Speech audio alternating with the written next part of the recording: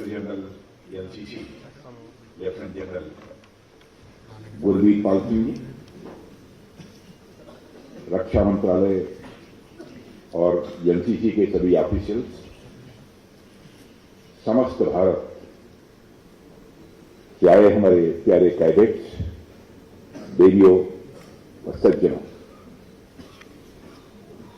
बच्चों के cultural programme देखने के बाद में मुझे एक शब्द मेरी कहना हो इनके परफॉर्मेंस के बारे में, मैं यही कहना चाहूंगा, एक्सीलेंट।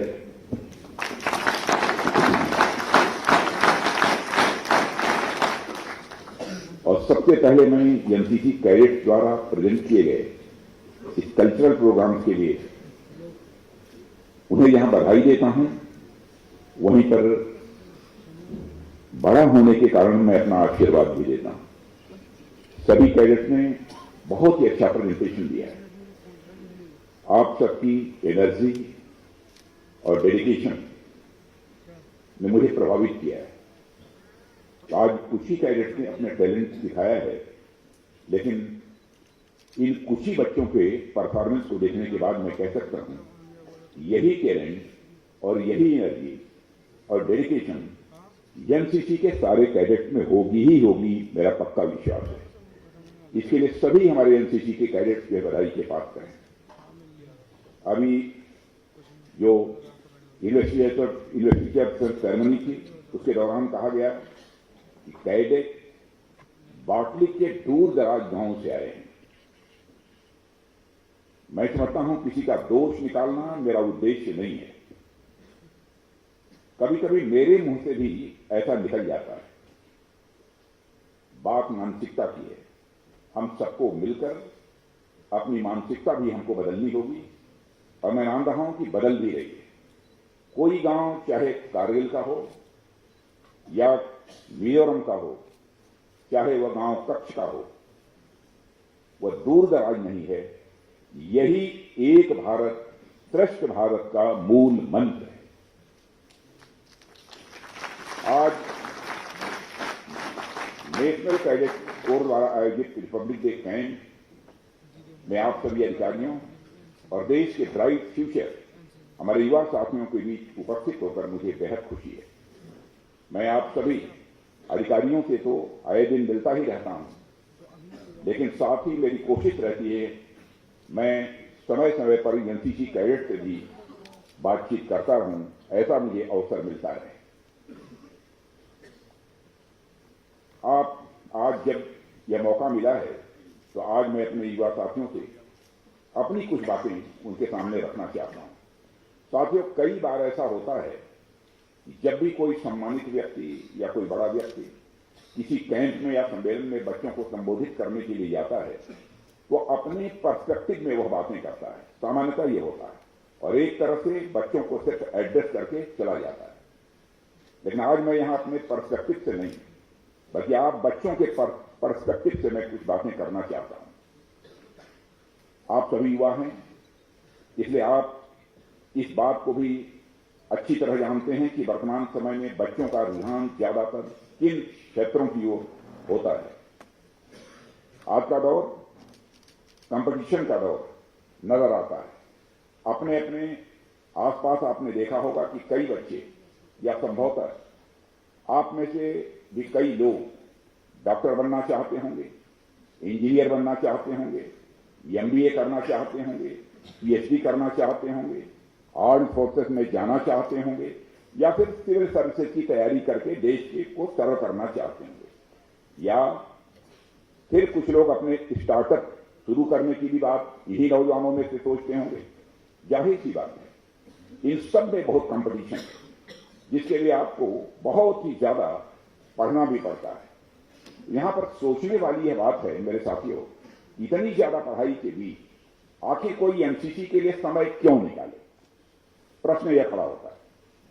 जब देश का अधिकांश युवा सिर्फ और सिर्फ पढ़ाई पर ध्यान केंद्रित कर रहा है, उस कंपटीशन के दौर में कोई पढ़ाई के साथ साथ एनसीसी क्यों ज्वाइन करे?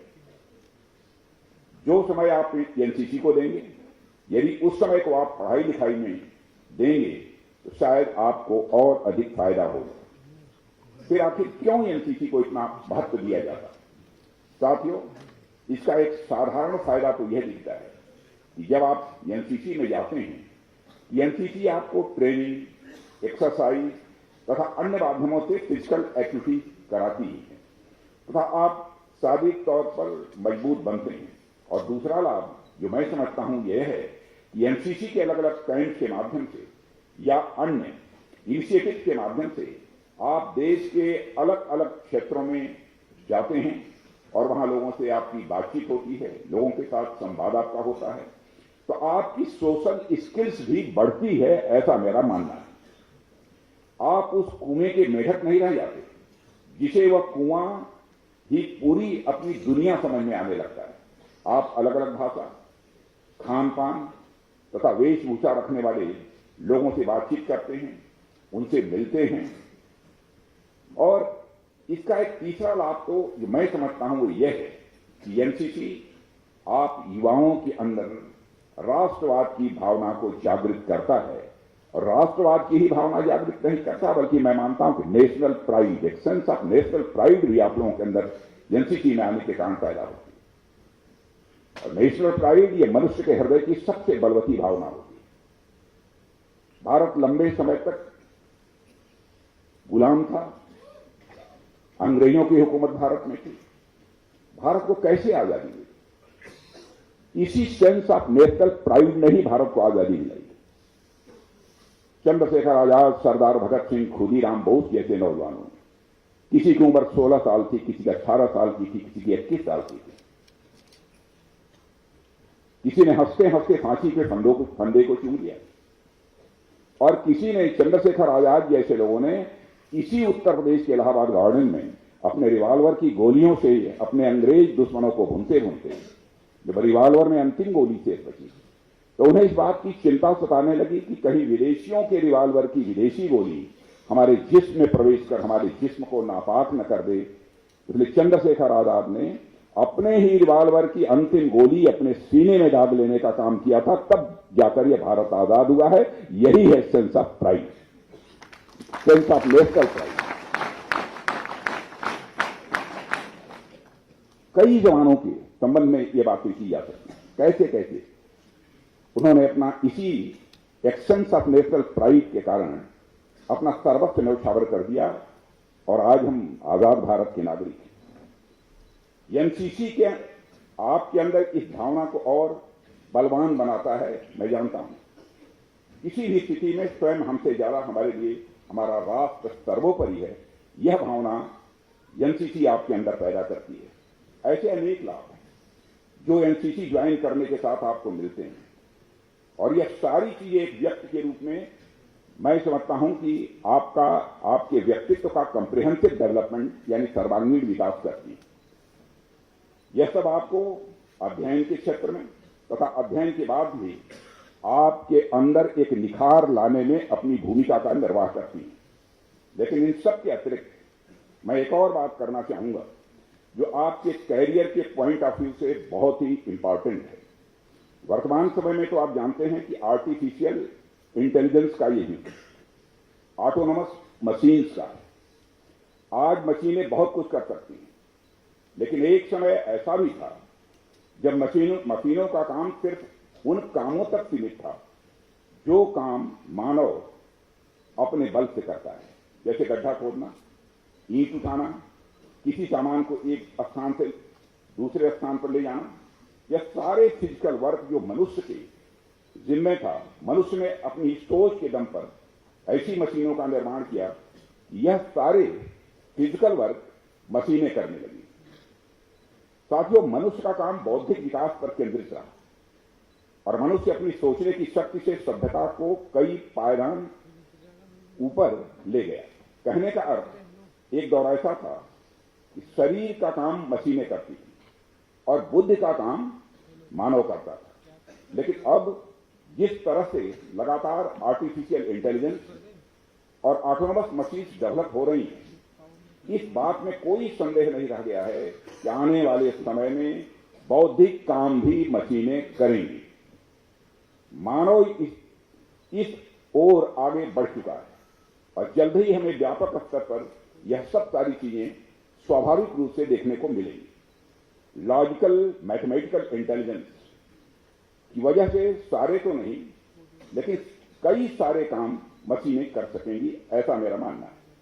इसलिए आने वाले समय में लोग उन कामों की ओर ज्यादा अपना अपना कैरियर बनाएंगे जो काम मशीनें नहीं कर सकती। इस पॉइंट ऑफ व्यू से भी हम देखें तो एक ही चीज निकलकर सामने आती है कि कोई मशीन शारीरिक या बौद्धिक हर तरह के काम भले ही कर सकती हो, लेकिन आमतौर पर कोई मशीन क्रिएटिव नहीं हो सकती। यह वही काम करेगी जिस काम का सॉफ्टवेयर उसमें फिट किया गया है या फिर जिस काम के लिए उसे ट्रेन किया गया है। सामान्यतः वह अपनी तरफ से ह्यूमन क्रिएटिविटी जनरेट किसी भी सूरत में नहीं कर सकती। वह मानव की तरह चेतना नहीं जनरेट कर सकती। वह मानव की तरह इंटरपर्सनल स्किल डेवलप नहीं कर सकती है। एक व्यक्ति की खुशी को देखकर तथा एक व्यक्ति के दुख को देखकर जिस प्रकार की भावना मनुष्य में उमड़ती है, एक मशीन के लिए वैसी भावना ला पाना बिल्कुल संभव नहीं है। मनुष्य जिस प्रकार से इमोशनल इंटेलिजेंस के आधार पर कार्य करता है, उस प्रकार का इमोशनल इंटेलिजेंस मशीन के लिए ला पाना मैं समझता हूं ये बहुत ही मुश्किल है। एक मशीन इंटेलिजेंट तो हो सकती है, लेकिन इंटेलिजेंट होने के साथ साथ इमोशनल भी हो, शायद ही कभी ऐसा हमको देखने को मिले। साथियों, आप देखिए कि creativity, interpersonal skill, emotional intelligence और संवेदनशीलता, यह सब वह गुण हैं जो इस मशीनी युग में, इस आर्टिफिशियल इंटेलिजेंस के दौर में भी किसी मनुष्य को रोजगार के लायक बनाएंगे। मान लीजिए कि आप ट्रेन में यात्रा कर रहे हैं और आपने जिस बैग में अपना टिकट रखा हुआ है वो बैग ही गुम हो गया, तो उस समय आप किसी से कैसे बात करेंगे, उससे कैसे इंटरेक्ट करेंगे तथा अपना पक्ष उसके सामने कैसे रखेंगे? यह काम सिर्फ आपकी इंटरपर्सनल स्किल पर ही डिपेंड करता है। यह काम फिलहाल कोई मशीन नहीं कर सकती। साथियों, एनसीसी के माध्यम से जब आप अपने साथी कैडेट से मिलते जुलते हैं, उनसे बातचीत करते हैं, तो इंटरपर्सनल स्किल आपके अंदर डेवलप होती है। एनसीसी के कैंप या इनिशिएटिव के माध्यम से जब आप देश के अलग अलग क्षेत्रों में जाते हैं और अलग अलग लोगों से आप बातचीत करते हैं, तो आपको उन लोगों के सिचुएशन के बारे में भी पता चलता है, वह किस कंडीशन में रह रहे हैं, यह पता चलता है। वह चीजें आपके अंदर सेंसिटिविटी के साथ साथ इमोशनल इंटेलिजेंस को भी बढ़ावा देती हैं।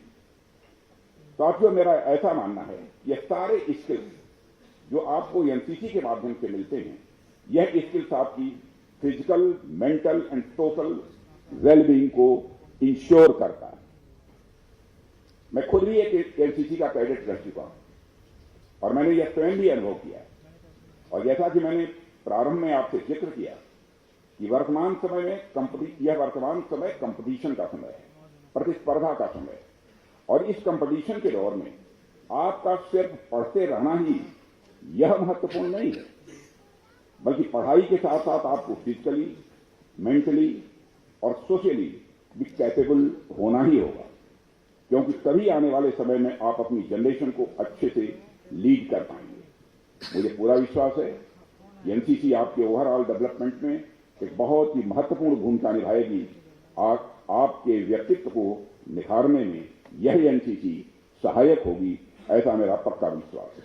और इसके साथ ही मुझे यह भी विश्वास है कि आप आगे जिस भी फील्ड में जाएंगे, एनसीसी से मिली हुई सीख, एनसीसी से मिली हुई लर्निंग आपके काम आएगी और आप देश के विकास में अपना 100% 100% योगदान कर पाएंगे, ऐसा मेरा पक्का विश्वास है।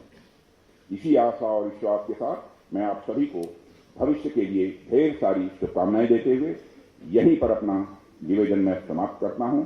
आप सबको बहुत बहुत धन्यवाद।